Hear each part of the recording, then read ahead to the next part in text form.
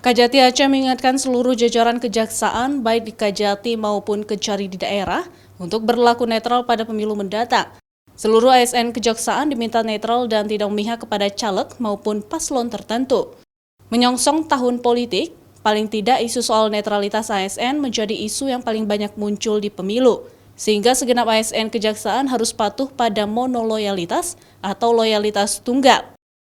Kajati Aceh juga mengingatkan setiap ASN di pemilu nanti untuk mengingat kembali nilai-nilai dasar yang harus dipegang oleh setiap ASN. Dilakukan secara normatif apa yang diatur dengan undang-undang dan seterusnya ini dan disosialisasikan supaya nanti terutama ASN jangan bermain, khususnya saya di Kejaksaan Tinggi Aceh maupun di daerah.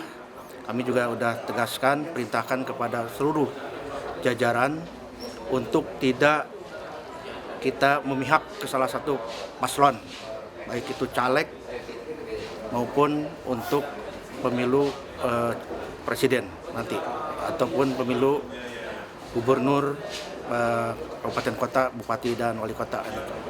Sementara itu, untuk menghadapi pemilu mendatang, Kajati Aceh juga mempersiapkan jaksa untuk menangani tindak pidana pemilu bersama Polri dan Bawaslu.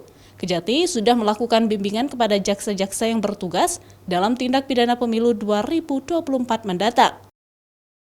Mustajab, Kompas TV, Banda Aceh.